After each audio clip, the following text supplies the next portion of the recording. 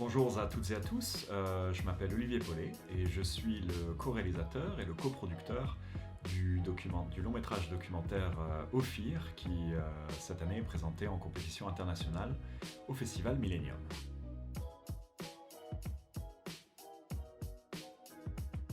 Pour moi, l'acte de réaliser un documentaire aujourd'hui devient presque un acte essentiel, ou dans tous les cas de plus en plus essentiel.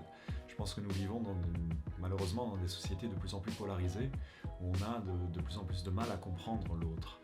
Et pour moi, la réalisation d'un documentaire, c'est vraiment faire cet effort de compréhension, bâtir des ponts en fait, entre différents peuples, entre différentes expériences, qui ensuite peuvent peut-être aider le spectateur à mieux comprendre le monde et à mieux comprendre l'autre. Et dans la société, dans les sociétés dans lesquelles nous vivons aujourd'hui, qui, je pense, traversent une vraie crise, qui est une crise multiforme, une crise sanitaire aujourd'hui évidemment, mais également économique et presque aussi existentielle. Par le biais de notre film, nous allons à la rencontre d'un peuple et d'une révolution autochtone absolument extraordinaire en Papouasie-Nouvelle-Guinée, à Bougainville, et qui raconte une histoire extrêmement violente, et une histoire qui plonge vraiment le spectateur dans tous les systèmes coloniaux, l'histoire du colonialisme et de ses mécanismes pour les peuples premiers, qui en souffrent un peu partout dans le monde aujourd'hui. Et pour moi, l'acte vraiment de faire un film, c'est d'aller justement à la rencontre, de bâtir ce pont de compréhension entre l'expérience de ce peuple-là et la vie que nous avons ici en Europe en l'occurrence, mais qui n'est pas déconnectée du tout de ce qui se passe à l'autre bout du monde, pour nous à Bougainville, en Papouasie. Le message de notre film, paradoxalement, même si c'est un film qui parle qui évoque une guerre civile, qui a des thèmes très lourds, des mécanismes du colonialisme, du néocolonialisme qui existe aujourd'hui avec de très grandes entreprises extrêmement puissantes qui continuent aujourd'hui à impacter les peuples autochtones un peu partout dans le monde. C'est donc un film qui documente un conflit qui a lieu sur plusieurs décennies, mais c'est avant tout pour moi un film de paix. C'est un film vraiment qui est une invitation à l'écoute de l'autre et de son expérience.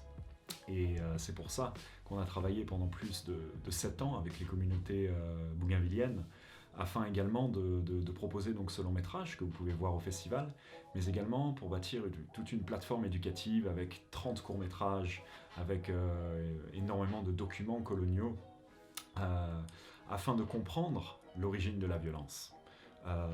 Aujourd'hui, on peut allumer sa télévision et se dire il y a tel conflit dans tel endroit du monde, mais très souvent, les graines de ce conflit ont été plantées il y a bien longtemps, il y a des décennies, voire même dans le cas du colonialisme, il s'agit vraiment de changer complètement l'autre. Et voilà, ce film est un effort vraiment pour, j'espère, aider le spectateur à mieux comprendre les origines des conflits aujourd'hui.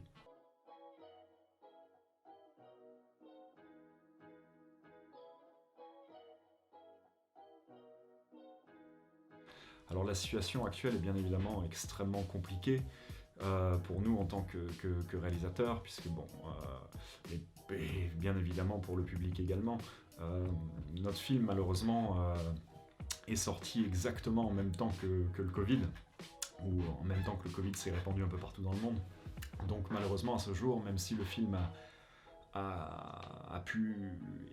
continue d'exister en festival, des festivals majoritairement virtuels, à titre d'exemple, on a simplement eu la première du film, qui était une première en salle dans le Pacifique, qui était assez extraordinaire.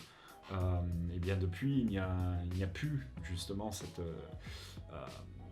rencontre avec le public, et c'est quelque chose qui, moi, à titre personnel, me manque énormément, car c'est en allant dans les festivals, c'est en allant à la rencontre des spectateurs, des distributeurs, des producteurs, etc. De tout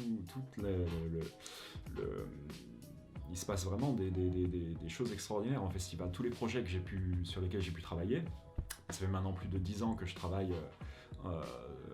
J'ai fait plusieurs films justement en Papouasie-Nouvelle-Guinée avec les peuples autochtones. Eh bien, la plupart de ces projets-là sont nés dans des festivals. Je me souviens très bien, en 2013, j'étais d'ailleurs au début de ce projet, j'avais rencontré un réalisateur qui lui-même avait déjà été à Bougainville.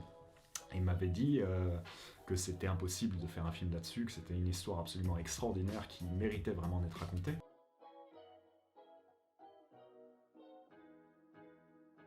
Et c'est justement à l'occasion du Festival Millennium que ça s'était passé. Donc quelque part, c'est un vrai plaisir cette année de revenir avec ce nouveau film et aussi à inviter les spectateurs, s'ils veulent aller au-delà du film, à aller sur la plateforme internet colonialsyndrome.org afin de pouvoir prolonger l'expérience et j'espère amener les gens à s'intéresser à l'histoire de la révolution bougainvillienne on parle souvent de la Révolution française.